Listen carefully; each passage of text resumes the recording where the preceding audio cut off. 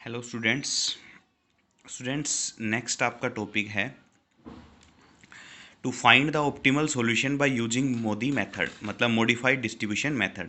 Students, इससे पहले हम वोगल अप्रोक्सीमेशन मेथड यूज कर चुके हैं to find the initial basic feasible solution. उससे पहले भी हमने कई मेथड यूज किए हुए हैं किसके लिए, इनिशियल बेसिक फिजिबल सॉल्यूशन के लिए। लेकिन इनिशियल बेसिक फिजिबल सॉल्यूशन और ऑप्टिमल सॉल्यूशन में क्या डिफरेंस है बच्चों? इनिशियल बेसिक फिजिबल सॉल्यूशन जो होता है वो आपकी स्टार्टिंग में जो कॉस्ट आती है बाय यूजिंग एनी मेथड, कोई भी मेथड यूज करके हमने जो स्टार्टिंग में कॉस्ट निकाली है। जैसे हमने 4 मेथड यूज किए, वैसे आपके पास 5 मेथड थे। फर्स्ट हमने यूज किया था क्या, नॉर्थ वेस्ट कॉर्नर रूल। उसके बाद सेकंड हमने यूज किया था रो मिनिमा मेथड। उसके बाद थर्ड हमने यूज किया, थर्ड में कॉलम मिनिमा मेथड है, सेम रो की तरह। फोर्थ यूज किया था हमने लोवेस्ट कॉस्ट एंट्री मेथड। उसके बाद फिफ्थ हमने यूज किया था वोगल अप्रोक्सीमेशन मेथड, मतलब वैम। तो ये जो 5 मेथड है इनसे हम निकालते थे क्या, इनिशियल बेसिक फिजिबल सॉल्यूशन। अब जो कॉस्ट आई, हमने इन पांचों में चेक किया था कि जो सबसे कम कॉस्ट आती है वो वैम के द्वारा आती है, मतलब वोगल अप्रोक्सीमेशन मेथड जब हम यूज करते हैं तो सबसे कम कॉस्ट निकल के आती है। और हमें तो मिनिमम कॉस्ट ही चाहिए, ट्रांसपोर्टेशन में जितना कम खर्चा आएगा उतना ही ज़्यादा प्रॉफिट होगा। तो मिनिमम कॉस्ट के लिए हमने किसका यूज किया था, इनिशियल बेसिक फिजिबल सॉल्यूशन निकालने के लिए वैम का यूज किया था। तो वोगल अप्रोक्सीमेशन मेथड का यूज आप पहले प्रीवियस वीडियो में देखें, उसके बाद ही आपको ये मोदी मेथड में समझ में आएगा कि इनिशियल बेसिक फिजिबल सॉल्यूशन से मान लिया किसी क्वेश्चन की कॉस्ट जो आई थी, आपकी जो कॉस्ट आई वो कॉस्ट अगर मान लो वो ही कॉस्ट आपकी ऑप्टिमल सॉल्यूशन की आ रही है तब तो ठीक है। अगर हो सकता है बाई चांस ऐसा हो जाए कि ये जो आया था, मान लिया हमने किसी के लिए प्राइस आपके लिए 80 रुपये आया वैम से, वोगल अप्रोक्सीमेशन मेथड से हमने इनिशियल सॉल्यूशन निकाला, उसकी प्राइस 80 रुपये आया। और उसके बाद हम ऑप्टिमलिटी टेस्ट करते हैं कि क्या इसकी कॉस्ट 80 ही रहेगी या 80 से कम में भी ये काम हो सकता है। तब वो उस चीज़ को हम क्या बोलेंगे, ऑप्टिमल बोलेंगे। अगर 80 रहेगी तो 80 क्या हो जाएगा, ऑप्टिमल हो जाएगा। अगर 80 से कम आया तो वो सॉल्यूशन क्या कहलाएगा, आपका ऑप्टिमल सॉल्यूशन कहलाएगा। पहले तो डिफरेंस हो गया ऑप्टिमल और इनिशियल सॉल्यूशन में। उसके बाद हम चेक करते हैं कि कैसे हम ऑप्टिमल निकालेंगे। तो सबसे पहले आपको ऑप्टिमल निकालने के लिए पहले इनिशियल सॉल्यूशन निकालना पड़ेगा, क्योंकि उसी पे तो देखोगे कि इससे कम आ सकता है नहीं आ सकता है। तो इनिशियल सॉल्यूशन हमने निकाला था वैम के द्वारा, और वैम के द्वारा जो क्वेश्चन का, ये वही क्वेश्चन हम ले रहे हैं यहाँ पे भी, जो क्वेश्चन हमने बाकी इन पार्ट्स के अंदर किया था वही क्वेश्चन अब यहाँ पे कर रहे हैं हम, इसका ही ऑप्टिमल सॉल्यूशन चेक कर रहे हैं। तो चेक करने के लिए आपको सबसे पहले वैम के अंदर इसका एलोकेशन सारी निकाल के कॉस्ट निकालनी पड़ेगी, जो कि हम निकाल चुके हैं प्रीवियस वीडियो में। तो आप वो जाके वो देखिए, उसके बाद मोदी मेथड का स्टार्टिंग करेंगे हम। तो देखो कॉस्ट आ गई थी आपकी वैम के द्वारा कितनी, 779। ये इनिशियल कॉस्ट है। अब क्या यही ऑप्टिमल है या इससे कम कॉस्ट भी हो सकती है, वो चेक करने के लिए हम अब यूज कर रहे हैं किसका, मॉडिफाइड डिस्ट्रीब्यूशन मेथड। लेकिन इस मेथड को यूज करने से पहले आपको कुछ चीज़ें पता होनी चाहिए, जैसे डीजनरेसी प्रॉब्लम क्या होती है, नॉन डीजनरेसी प्रॉब्लम क्या होती है, इंडिपेंडेंट पोजीशन क्या होंगी, डिपेंडेंट पोजीशन क्या होंगी। तो पहले उनके बारे में सीखते हैं, उसके बाद हम आएंगे किस पे, मोदी मेथड पे। तो देखिए सबसे पहले हम बोलते हैं what is degenerate problem. Degenerate problem, degenerate problem क्या होती है बच्चों? डीजनरेट प्रॉब्लम होती है कि आपने जो इनिशियल बेसिक फिजिबल सॉल्यूशन निकाला, a basic feasible solution, a basic feasible solution that contains less than m plus n minus one.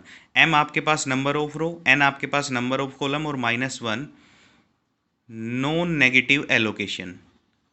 Non negative allocation जो आपके पास क्या कंटेन करे कि आपके पास जो ये टोटल नंबर ऑफ ये बनेगा m plus n minus one, इससे कम यदि नॉन नेगेटिव एलोकेशन है तो वो प्रॉब्लम क्या कहलाएगी, आपकी डीजनरेट प्रॉब्लम कहलाएगी। अगर आपके पास m plus n minus one जो है इसके इक्वली आ जाए क्या, नॉन नेगेटिव एलोकेशन, दोनों बराबर आ जाएं, नॉन नेगेटिव एलोकेशन, अगर दोनों इक्वल आ जाएं तो वो प्रॉब्लम कहलाएगी आपकी क्या, नॉन डीजनरेट प्रॉब्लम। तो वो क्या कहलाएगी आपकी नॉन डीजनरेट प्रॉब्लम। और ये प्रॉब्लम जो होगी नॉन डीजनरेट, ये आपकी क्या होगी, इनकी जो पोजीशन होगी एलोकेशंस की वो क्या होगी, इंडिपेंडेंट पोजीशन। क्या होनी चाहिए, इंडिपेंडेंट पोजीशन। अब बात आती है कि पोजीशन डिपेंडेंट कब होती है और इंडिपेंडेंट कब होती है। तो उसके लिए हम एक टेबल से समझते हैं। जैसे आपके पास ये एक टेबल दी हुई है,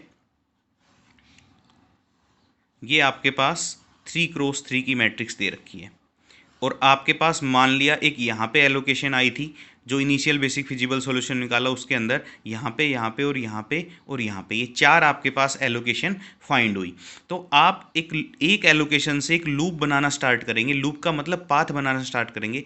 अगर वो पाथ आपके पास क्या बन जाए, क्लोज पाथ बन जाए। ध्यान रखना, कभी भी इस एलोकेशन से हमेशा 90 डिग्री हम फॉरवर्ड कर सकते हैं। कभी ऐसा नहीं होगा कि आप क्रॉस में चले जाओगे। एक एलोकेशन से दूसरे एलोकेशन पे जाने के लिए आपके पास एक पाथ 90 डिग्री का ही होगा। कभी ऐसा नहीं होगा कि वो 90 डिग्री के अलावा किसी और एंगल से टर्न हो जाए। तो यहाँ से यहाँ पे आ सकते हैं और यहाँ से वापस यहाँ पे आ गई।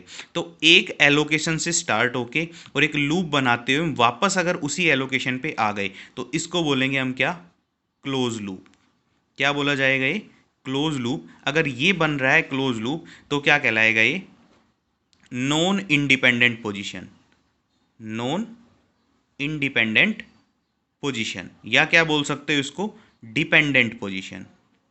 Dependent position. एक और ले लेते हैं। मान लिया आपके पास अब की बार दिया हुआ है 4x4 का 1 2 3 और 4, ये भी हमने 4x4 का बना लिया। और अब की बार मान लिया एलोकेशन यहाँ दे रखी थी, जो इनिशियल बेसिक फिजिबल सॉल्यूशन निकाला उसके बाद। जैसे मैं आपको फॉर एग्जांपल दिखाता हूँ। जैसे हमने ये वाला क्वेश्चन देखिए, जैसे ये वाला क्वेश्चन वैम से इनिशियल बेसिक फिजिबल सॉल्यूशन निकाला था और इसकी एलोकेशंस आई थी यहाँ पे यहाँ पे यहाँ पे यहाँ पे, एक यहाँ पे एक यहाँ पे। तो ये सारी पोजीशन डॉट कर रहा हूँ मैं। तो इसी तरीके से मान लिया, फॉर एग्जांपल ले रहे हैं ये तो, कि आपके पास यहाँ एलोकेशंस है। एक थर्ड पे दी हुई है और एक दे रखी है। अब की बार अलग अलग जगह मान लेते हैं। ये आपके पास दे रखी है कि किसके ऊपर, सेकंड के ऊपर या थर्ड के ऊपर मान लो, सेकंड के ऊपर मान लेते हैं चलो। उसके बाद इसी के नीचे दे दी एक पोजीशन आपके पास यहाँ पे, और एक पोजीशन दे दी आपके पास कहाँ, यहाँ पे। ये पोजीशन दे रखी है। तो अब ये डिपेंडेंट है या इंडिपेंडेंट है, ये चेक करने के लिए क्या करेंगे, देखो किसी भी एक से स्टार्ट करना है, 90 डिग्री तरफ फॉरवर्ड हो जाना है। 90 डिग्री चले गए इस एलोकेशन पे, उसके बाद फिर से 90 डिग्री फॉरवर्ड हो जाना है। 90 डिग्री चले गए, उसके बाद फिर से 90 डिग्री फॉरवर्ड हो जाना है, हो गए। उसके बाद फिर से 90 डिग्री फॉरवर्ड हो गए, फिर 90 डिग्री और फिर 90 डिग्री, जहाँ गए थे वहाँ पहुँच गए। एक क्लोज लूप बन गया। तो ये क्या कहलाएगा आपका, डिपेंडेंट पोजीशन। जो एलोकेशन है वो क्या है, डिपेंडेंट पोजीशन पे है। अगर मैं कर दूं इसी को, आपके पास ऐसे दिया हो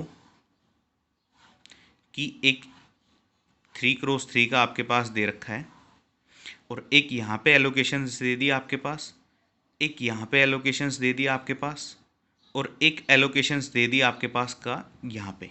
तो अब देखो 3 एलोकेशंस दे रखी हैं। 4 मान लो, 4 मानना चाहो तो 4 मान लेते हैं। एक एलोकेशन यहाँ दे रखी है, कुछ भी मान लो। तो देखो यहाँ से मैं अब कहाँ जा सकता हूँ, यहाँ की तरफ तो जा ही नहीं सकता, क्योंकि 90 डिग्री तरफ चला गया तो आगे कोई एलोकेशन नहीं है, कहाँ पे मिलूंगा जाके। तो सिर्फ एक ही रास्ता है कि मैं यहाँ से यहाँ जा सकता हूँ। अब यहाँ से मैं ऐसे तो जा नहीं सकता, यहाँ से सिर्फ 90 डिग्री जाऊँगा तो यहीं जा सकता हूँ। और यहाँ से जाने के बाद अब ना तो मैं यहाँ जा सकता हूँ, वापस जाने का तो कोई मकसद ही नहीं है, तो यहाँ पे नहीं जा सकता हूँ। ऐसे मैं 90 डिग्री बनूंगा नहीं, तो यहीं पे रुक गया मैं। तो ये क्या हो गई आपके पास एलोकेशंस, इंडिपेंडेंट। इंडिपेंडेंट पोजीशन पे, कि इन्होंने क्या नहीं बनाया, एक क्लोज लूप नहीं बनाया। तो अब अपने क्वेश्चन के अंदर चेक करते हैं कि वो डीजनरेसी की प्रॉब्लम है या नॉन डीजनरेसी की प्रॉब्लम है। तो हम जो क्वेश्चन सोल्व कर रहे हैं वो नॉन डीजनरेसी के लिए कर रहे हैं, और डीजनरेसी की आ जाएगी तब भी करेंगे, एक डीजनरेसी का करेंगे। लेकिन फिलहाल अपने पास जो भी नोट्स के अंदर क्वेश्चन दे रखे हैं वो सारे नॉन डीजनरेसी के दिए हुए हैं। तो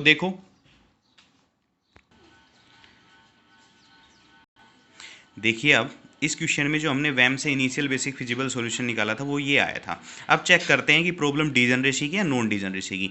तो देखिए पहले आप निकालो m + n - 1 की वैल्यू।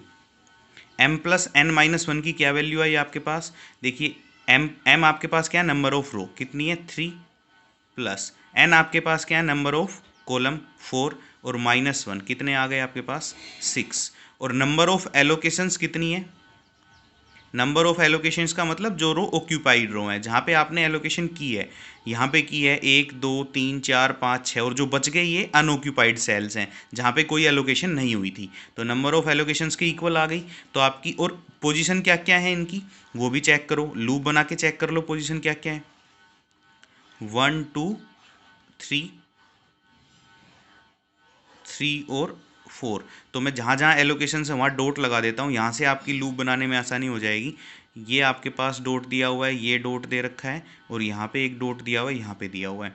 तो देखो हम यहाँ से चलते हैं, यहाँ पे आपके पास एक ही रास्ता है, किसी डॉट से भी चल सकते हो, ये आपकी मर्जी है। यहाँ से चलना चाहो यहाँ से चल लो, यहाँ से चले हम, यहाँ से इस पे गए, यहाँ से इस पे चले गए, यहाँ से इस पे जाके यहाँ से परपेंडिकुलर यहाँ आ गए, अब यहाँ पे आके फिर रुक गए, आगे जाने का रास्ता नहीं है। अगर हम यहाँ से यहाँ मुड़ जाते, यहाँ ना जाते हुए यहाँ मुड़ जाते, तो यहीं पे रुक जाते, आगे जाने का रास्ता नहीं है। तो मतलब क्या हो गई, ये पोजीशन आपकी इंडिपेंडेंट पोजीशन हो गई। तो ये किसकी प्रॉब्लम हो गई, आपकी नॉन डीजनरेसी प्रॉब्लम हो गई। क्या हो गई आपके पास ये, तो ये आपकी कहलाएगी नॉन डीजनरेसी प्रॉब्लम। और हम इसी पे क्वेश्चन स्टार्ट कर रहे हैं। तो अब नॉन डीजनरेसी प्रॉब्लम पहले चेक कर लिया, ये है। तो अब चेक करेंगे, अब हमें निकालना है क्या, यूआई और वीजे। तो बच्चों यूआई और वीजे निकालने के लिए आपको क्या करना पड़ेगा, वेयर यूआई प्लस वीजे की वैल्यू होती है सीआई जे। यूआई और वीजे इसलिए बोला मैंने क्योंकि वो जो यूआई और वीजे है ये किसके लिए निकालते हो आप, मैं लिख देता हूं यहां पे। Now we find ui and vj।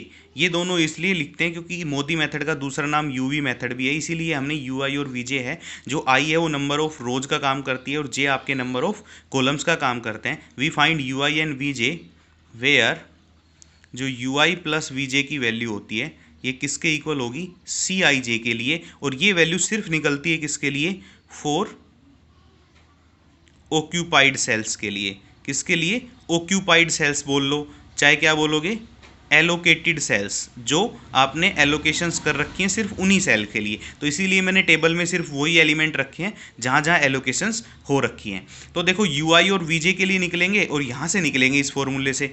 तो आप देखोगे कि यहाँ पे नंबर ऑफ रोज 3 हैं, तो आपको यहाँ पे u1 की वैल्यू मिलेगी, यहाँ पे u2 की, यहाँ u3 की, यहाँ वीजे आपके पास जे 4 हैं, तो v1 v2 v3 और v4 की वैल्यू निकालनी है। अब देखो एक चीज़ आप कि CIJ की वैल्यू तो आपको पता है, मान लिया हम फर्स्ट U1 और V1 से CIJ की वैल्यू लिखें, कितनी आ गई आपके पास 19।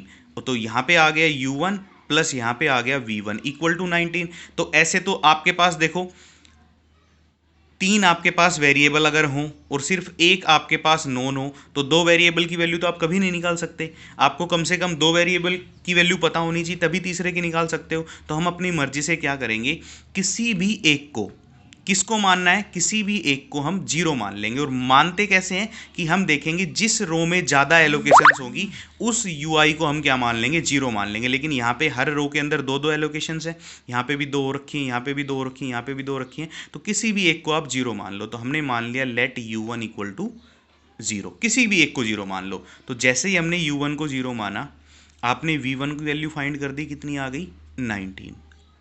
अच्छा जी, अब u1 से आप निकाल सकते हो v4 की वैल्यू, क्योंकि u1 v4 में भी तो है। तो आप निकाल सकते हो u1 प्लस v4 कितना दिया हुआ है, कोस्ट जो दे रखी है वो 10 दे रखी है। तो u1 0 है, तो v4 की वैल्यू यहाँ से कितनी हो गई, 10 हो गई। तो इसकी वैल्यू भी निकल गई, कितनी आ गई आपके पास, 10 आ गई। तो आपके पास यहाँ से निकला कितना, v1 19 और दूसरा निकल गया क्या, v4 की वैल्यू 10। अब v4 आपके पास 10 आ गया, तो v4 से किस किस की वैल्यू निकाल सकते हो आप, v4 से u3 की निकाल सकते हो, u2 की निकाल सकते हो। तो v4 प्लस u3 निकालता हूँ मैं, v4 plus u3 equal to C43। C43 कौन सा है, ये वाला जिसकी कॉस्ट कितनी दी हुई है 20। तो v4 की वैल्यू अगर 10 है, v4 की वैल्यू 10 है, तो 10 प्लस u3 इक्वल टू 20। तो u3 की वैल्यू कितनी आ गई, 20 माइनस 10 कितना आ गया आपके पास वापस से 10। तो ये कितना आ गया आपके पास 10 आ गया। U2 की वैल्यू निकालेंगे तो U2 की वैल्यू कितनी आ जाएगी, देखो V4 की 10 है, U2 की वैल्यू हमें निकालनी है, और CIJ मतलब C आपके पास 24 कितना दिया हुआ है 60, तो आपके पास इसकी वैल्यू कितनी आ जाएगी 60 माइनस 10 इक्वल टू 50।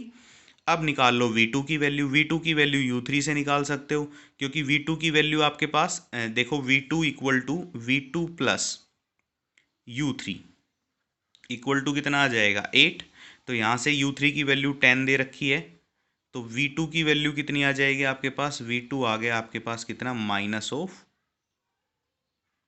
2। और अब हमें निकालना है V3 भी निकाल सकते हो U3 से, तो V3 निकलेगा सिर्फ U2 से, क्योंकि यहाँ पे तो कोई एलोकेशन नहीं है, सिर्फ यहाँ पे एलोकेशन है जिसकी कॉस्ट 40 दे रखी है। तो कितना आ गया देखो V3 plus U2 equal to 40, तो U2 की वैल्यू अगर 50 है तो V3 आ गया आपके पास कितना, V3 की वैल्यू आ जाएगी यहाँ से निकल के 40 minus of 50 that is minus of कितना 10। तो हमने सारे U1 U2 U3 V1 V2 V3 V4 find कर लिए। तो सबसे पहला काम मोदी मेथड के अंदर यही करना है कि आपको UI और VJ की वैल्यू निकालनी है। इससे पहला स्टेप मैं बता चुका हूँ कि आपको चेक करना है कि ये नॉन डीजनरेसी की है या डीजनरेसी की है। डीजनरेसी की प्रॉब्लम हम सोल्व नहीं कर रहे, सिर्फ नॉन डीजनरेसी की प्रॉब्लम हम क्या कर रहे हैं यहाँ पे सोल्व कर रहे हैं, और पोजिशन देखनी कि इंडिपेंडेंट है या डिपेंडेंट है। तो बच्चों स्टेप नंबर सेकंड हमने कंप्लीट कर लिया। फर्स्ट जो नॉन डीजनरेसी के लिए चेक करना था वो किया, सेकंड हमने UI और VJ की वैल्यू फाइंड कर ली। अब आपको क्या करना है, अब आपको चलना है किस पे, स्टेप नंबर थर्ड पे। स्टेप नंबर थर्ड क्या है, आपको निकालना है अब DIJ, और जो DIJ है वो आपके पास किसके इक्वल होगा, DIJ की जो वैल्यू होती है वो होगी आपके पास DIJ जो होगा वो वैल्यू होगी आपके पास कितनी, CIJ minus UI plus VJ, CIJ minus UI plus VJ, और किसके निकलता है ये, फॉर एम्प्टी सेल के लिए। एम्प्टी सेल का मतलब जो आपके पास फॉर एम्प्टी सेल के लिए जो आपके पास क्या थी, अनऑक्यूपाइड सेल्स थी, अनऑक्यूपाइड सेल्स थी जहाँ पे कोई एलोकेशंस नहीं थी, वो मैट्रिक्स अब हमें लिख के और ये निकालनी है। तो सबसे पहले हम उस मैट्रिक्स के लिए CIJ निकालते हैं, और फिर आप UI प्लस VJ निकालो किसके लिए,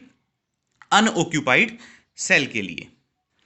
तो हम यहाँ से इस मैट्रिक्स को एक बार एम्प्टी मैट्रिक्स बना लेते हैं, और फिर जहाँ जहाँ ऑक्यूपाइड है वहाँ डॉट लगा देते हैं, बाकी सारी वैल्यू जो आपकी गिवन मैट्रिक्स थी, जो गिवन प्रॉब्लम में जो मैट्रिक्स दी हुई थी वहाँ से नोट डाउन कर लेंगे। तो पहले हम CIJ फाउंड कर रहे हैं किसके लिए, एम्प्टी सेल्स के लिए। क्या फाइंड कर रहे हैं, CIJ फॉर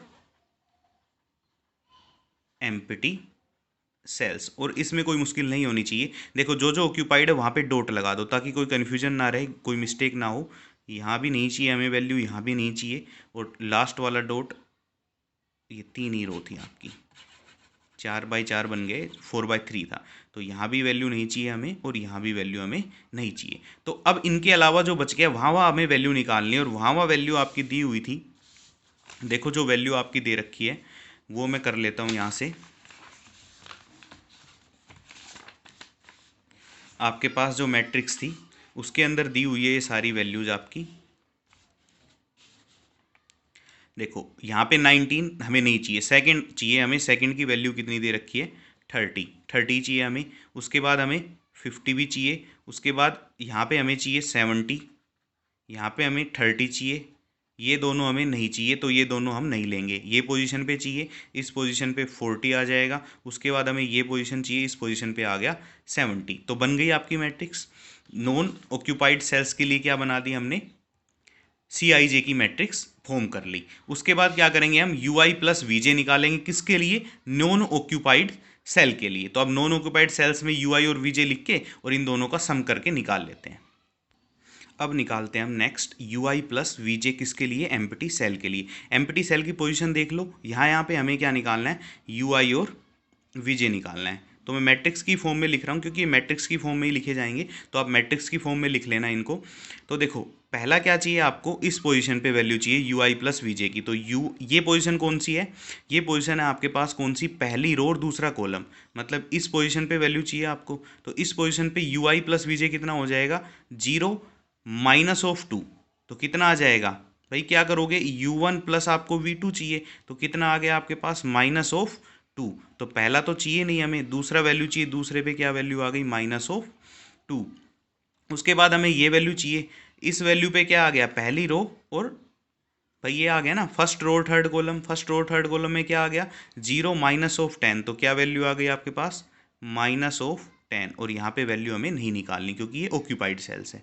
यहाँ पे वैल्यू चाहिए आपको 70, यहाँ पे वैल्यू क्या आ जाएगी, देखो 50, और आपके पास कितना आ गया प्लस, यहाँ पे आपके पास 50 दिया हुआ है, और फर्स्ट कॉलम के अंदर V1 की वैल्यू 50 और 19 कितना हो गया, 69। इसके बाद ये वैल्यू भी चाहिए 50 और -2 कितना आ गया, 48। अब आपको ये वैल्यू भी नहीं चाहिए, ये भी नहीं चाहिए क्योंकि ये एलोकेटेड सेल्स हैं। इसके बाद 40 वाली वैल्यू चाहिए, तो 19 और 10 हो गया कितना, 29। ये वैल्यू नहीं चाहिए, 70 की जगह क्या आ जाएगा, 70 वाली वैल्यू में 10 और -10 कितना आ गया आपके पास, 0, और यहाँ पे आ गया डॉट। तो आपने निकाल लिया यू आई प्लस वी जे। अब आपको करना क्या है, दोनों मैट्रिक्स का, इसका और इसका आपस में डिफरेंस करना है। सी आई जे आपको निकालना है, D I J equal to कितना, सी आई जे माइनस, ध्यान रखना ये एम्प्टी सेल के लिए है, यू आई प्लस वी जे। कितना आ जाएगा डी आई जे, फिर आपका डी आई जे क्या फॉर्म हो गई, देखो आपस में घटा लेंगे इनको, तो 30 -2, 30 माइनस ऑफ -2, तो ये आ गया 32 आपके पास। तो मैं सारी वैल्यू घटाते हुए लिखते चल रहा हूँ, यहाँ पे कोई वैल्यू नहीं आएगी क्योंकि एलोकेटेड सेल है। 32 थर्ड पे आ जाएगा आपके पास, थर्ड पे दिया हुआ है 50 और -10, तो ये हो गया 60, यहाँ पे कोई वैल्यू नहीं आएगी। नेक्स्ट 70 और -69 1, नेक्स्ट 30 और 48 -18, नेक्स्ट आपके पास कोई वैल्यू नहीं चाहिए हमें। थर्ड पे आ जाएगा क्या आपके पास, 40 और 29 11, और यहाँ पे कोई वैल्यू नहीं आएगी, और 70 में से 0 घटाएंगे तो 70, और यहाँ पे आ जाएगा डॉट। तो ये बन गया आपके अब क्या, डी आई जे। अब यहाँ पे 3-4 रूल हैं जो मैं आपको समझा रहा हूँ, उन रूल्स को ध्यान से देखना। अगर डी आई जे आपके पास, डी आई जे के अंदर जो भी वैल्यू आपके पास आई, अगर वो सारी ग्रेटर देन 0 आ जाती है, सारी ग्रेटर देन 0 आ जाती है, तो जो वैम के थ्रू आपने निकाला था क्या, ऑप्टिमल सॉल्यूशन, जो सॉल्यूशन निकाला था वही सॉल्यूशन आपका क्या कहलाएगा, ऑप्टिमल सॉल्यूशन कहलाएगा। जो वोगल अप्रोक्सीमेशन से हमने जो इनिशियल सॉल्यूशन निकाला था वही सॉल्यूशन आपका क्या कहलाएगा, ऑप्टिमल सॉल्यूशन कहलाएगा। अगर सारी डी आई जे आपके पास क्या आ जाती हैं, ग्रेटर देन 0, पहला रूल। अगर आपके पास कोई D I J less than 0 आ जाता है, मतलब 0 से छोटा आ जाता है, तब क्या होगा, जो सॉल्यूशन होगा, जो आपका जो इनिशियल सॉल्यूशन है वो आपका ऑप्टिमल सॉल्यूशन नहीं है। मतलब आपका क्वेश्चन अब आगे जाएगा किसके लिए, ऑप्टिमल सॉल्यूशन निकालने के लिए। कहाँ जाएगा, ऑप्टिमल सॉल्यूशन फाइंड करने के लिए। तो कभी ऐसा भी हो सकता है कि आपके पास डी आई जे आ जाए, कोई डी आई जे के अंदर कोई वैल्यू ऐसा आ जाए कि एक इक्वल टू आ जाए और बाकी ग्रेटर देन 0 आ जाए। इक्वल टू और ग्रेटर देन 0, अगर लेस देन 0 हो गया तो आगे चला ही जाएगा। अगर इक्वल टू और ग्रेटर देन 0 आ जाए तो आपके पास जो सॉल्यूशन आएगा वो क्या कहलाएगा, ऑप्टिमल सॉल्यूशन कहलाएगा। लेकिन वो यूनिक नहीं होगा, उसके अलावा भी सॉल्यूशन निकल सकता है, उसको बोल नहीं सकते कि यही रहेगा हमेशा। वो ऑप्टिमल होगा लेकिन वो यूनिक नहीं होगा। तो 3 केसेस रहेंगे आपके पास। अब यहाँ पे देखोगे आप कि एक डी आई जे की वैल्यू नेगेटिव आ गई, तो जो नेगेटिव वैल्यू आ गई तो इसका मतलब हुआ कि जो वैम के थ्रू जो आपका इनिशियल सॉल्यूशन निकला था वो सॉल्यूशन ऑप्टिमल सॉल्यूशन नहीं है। तो हम क्या करेंगे, अब आगे बढ़ जाएंगे। और अब आगे बढ़ेंगे कैसे कि जो नेगेटिव वैल्यू आई वहाँ से हम एक लूप बनाना स्टार्ट करेंगे। किस तरीके से लूप बनाएंगे, सिंस डू D22, ये वैल्यू D22 होगी ना, second row second column, less than 0, so solution is not optimal. तो जो आपका सॉल्यूशन है वो कैसा नहीं है, ऑप्टिमल नहीं है। तो हम क्या करेंगे, हम एलोकेट करेंगे, वी एलोकेट क्वांटिटी, क्या क्वांटिटी एलोकेट करेंगे, थीटा एलोकेट करेंगे। किसके अंदर, टू सेल जो नेगेटिव है वहाँ से स्टार्ट करेंगे, तो उस पे हम क्या कर देंगे, थीटा को एलोकेट कर देंगे। अब थीटा एलोकेट होने के बाद आपके पास क्या हो जाएगा,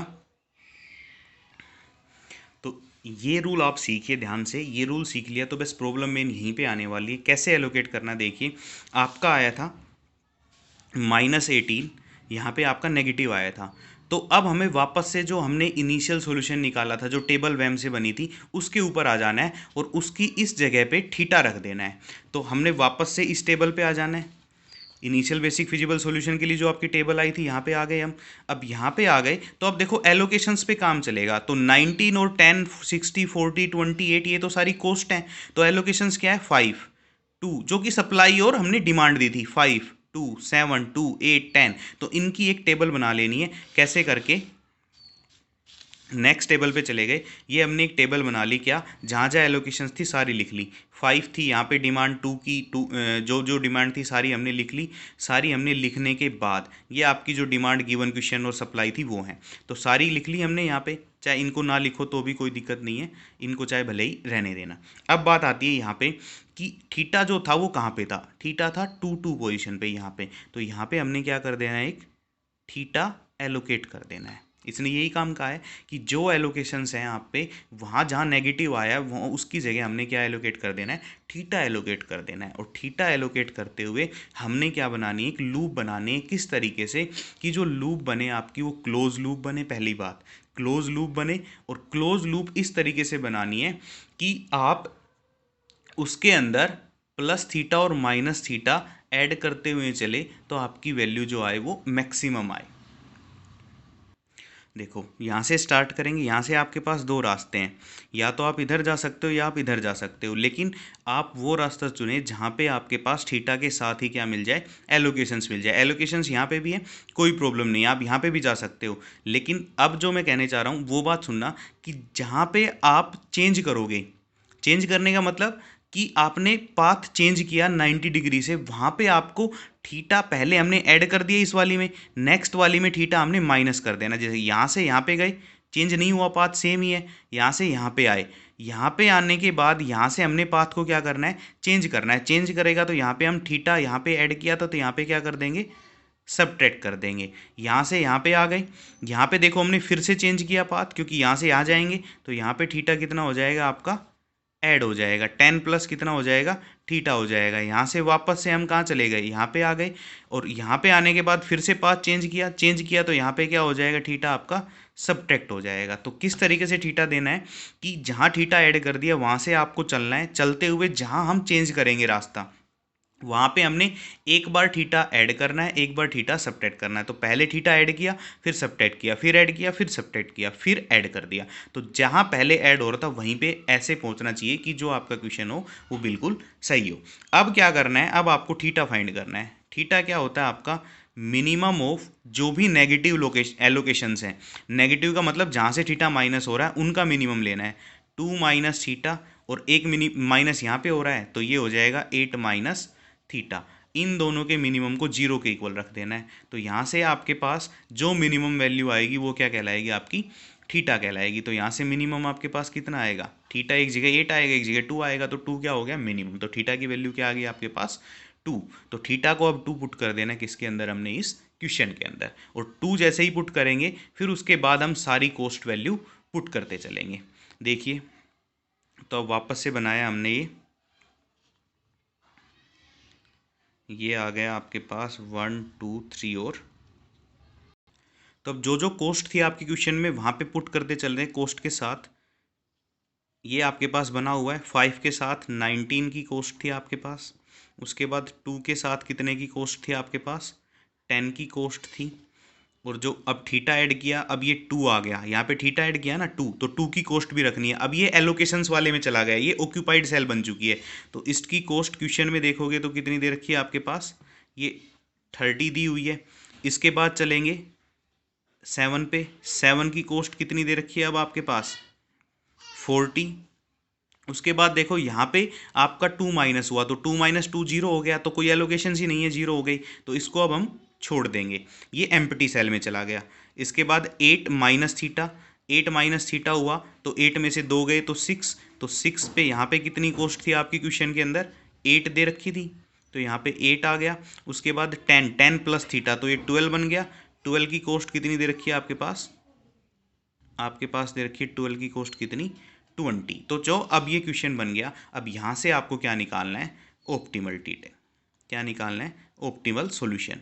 कितना आ जाएगा आपके पास सॉल्यूशन, यहाँ से सॉल्यूशन निकालेंगे तो ये आ गया 5 into 19 plus 2 into 10 plus 2 into 30, इसके बाद plus 7 into 40 plus 6 into 8 plus 12 into 20, तो ये टोटल वैल्यू जो आएगी निकल के, ये आई आपके पास 743। तो अब आप देखोगे कि जो हमने इनिशियल बेसिक फिजिबल सॉल्यूशन निकाला था, वहाँ से कॉस्ट आई थी 779 और यहाँ से कॉस्ट आई कितनी 743, तो मतलब इससे कम आ गई, तो कम आ गई, तो क्या यही ऑप्टिमल है। इससे बाद भी हमें चेक करना है कि हाँ ये ऑप्टिमल है या नहीं है। ये कब चेक होगा, जब आपके सारे डी आई जे क्या आ जाएँ, ग्रेटर देन जीरो आ जाए, तो आपका यही क्या बन जाएगा, ऑप्टिमल बन जाएगा। तो अब एलोकेशंस की जो टेबल बन गई आपके पास, न्यू टेबल बन गई ये, और यहाँ से हम वापस से स्टेप बाय स्टेप चलेंगे, कहाँ से, यूआई निकालेंगे। यूआई निकालने के बाद यहाँ से चेक करेंगे, पहले तो डीजनरेसी, फिर उसके बाद यूआई निकालेंगे, वीजे निकालेंगे, और फिर उसके बाद सीआई डीआईजे निकालेंगे, और फिर वहाँ देखेंगे कि सारे ग्रेटर देन जीरो आ रहे हैं या नहीं आ रहे हैं। तो अब नेक्स्ट स्टेप पे चलते हैं। तो नेक्स्ट बच्चों ये आपकी टेबल आ गई थी, जो नया सॉल्यूशन अपना निकल के आया था वहाँ से, एलोकेशंस की टेबल ये आ गई थी, तो यहाँ से हमें निकालना है अब यूआई। तो यूआई अब आपके लिए निकालना आसान हो गया, क्योंकि पहले आपने सीखा है। तो मैंने कहा था कि किसी एक को जीरो मान लेना है। कौन से यूआई को जीरो मानना है, कि जहाँ ज़्यादा एलोकेशंस हो, लेकिन हर रो में दो दो एलोकेशंस है, तो किसी को भी जीरो मान ले। हमने U1 को जीरो मान लिया, तो जैसे ही U1 को जीरो किया तो आपके पास होता क्या है, UI plus VJ equal to CIJ। तो UI जीरो, तो VJ की वैल्यू कितनी हो गई 19, क्योंकि CIJ आपका 19 दिया हुआ है, तो VJ आपका आ गया, V1 आपका आ गया 19। इसी तरह U2 की वैल्यू आ गई आपके पास कितनी 32, U2 निकाल लोगे, U2 की वैल्यू कैसे आ जाएगी आपके पास, देखो ये 19 आपके पास दिया हुआ है, तो यहाँ से आपके पास U4 की वैल्यू निकल जाएगी, क्योंकि ये वाला जो दिया हुआ है, सॉरी V4 की वैल्यू क्या आ जाएगी, यहाँ से ये जीरो है, तो V4 की वैल्यू 10 आ गई। V4 की वैल्यू 10 निकालने के बाद आप निकाल सकते हो यहाँ से U3 की वैल्यू। U3 की वैल्यू कितनी आ जाएगी, 10 माइनस 20 माइनस 10 कितना हो गया 10। ये आने के बाद आप ये दोनों वैल्यू भी निकाल सकते हो। तो कुल मिला के ये वैल्यू मैं लिख रहा हूँ, आप निकाल सकते हो आसानी से, 0, 32, 10, 19 माइनस 2, 8 और 10। अब आपको क्या निकालना है, CIJ फॉर एम्प्टी सेल लिखना है। एम्प्टी सेल को CIJ देखना है, क्या आएगा आपका CIJ एम्प्टी सेल के लिए। तो अब इन पोजीशंस को छोड़ते हुए जो आपकी मैट्रिक्स दी हुई है, जो आपकी टेबल, वहाँ इन पोजीशन को छोड़ते हुए बाकी वैल्यू टेबल से लिख देनी। ये 30 थी, ये 50, ये डॉट आपका, ये 70, ये डॉट, ये आपकी 60 दे रखी थी, ये आपकी 40, ये डॉट, ये 70, और यहाँ पे कितना था आपका डॉट। तो ये आपकी CIJ आ गई किसके लिए, एम्प्टी सेल के लिए। अब आपको निकालना है UI प्लस VJ, किसके लिए, एम्प्टी सेल के लिए। और यहाँ से देखते चलोगे, जैसे ये पोजीशन चाहिए आपको 30, तो यहाँ से देखोगे 0 प्लस माइनस ऑफ 2, तो कितना आ जाएगा आपके पास माइनस ऑफ 2। तो सेम काम कर रहे हैं वही, यहाँ से 8 आ जाएगा, ये डॉट, ये 51 आ जाएगा, ये डॉट, और यहाँ पे जब हम निकालेंगे ये वैल्यू चाहिए आपको, तो ये आ जाएगा 32 और 10 42, और ये आ गया आपके पास 29 डॉट 18 और डॉट। अब आपको सिर्फ क्या निकालना है, DIJ, जो कि दोनों का क्या है, डिफरेंस है। तो DIJ निकालेंगे तो क्या आ गया 32 42 डॉट, इन दोनों का डिफरेंस कर रहे हैं, CIJ minus UI plus VJ, तो ये आ गया 19, ये डॉट आएगा, यहाँ पे आ गया कितना 18, और 40 और 29 माइनस करेंगे तो 11, और ये डॉट, ये आपके पास 52, और ये आ गया वापस से क्या डॉट। अब आप चेक करोगे, आप देखोगे सारी की सारी वैल्यू क्या है, पॉजिटिव है, सारे DIJ क्या है, ग्रेटर देन जीरो। तो आप बोल दोगे जो हमने अब सॉल्यूशन निकाला 743, वही आपका क्या है, ऑप्टिमल सॉल्यूशन है। तो इस तरीके से आपको क्या निकालना है, ऑप्टिमल सॉल्यूशन फाइंड करना है।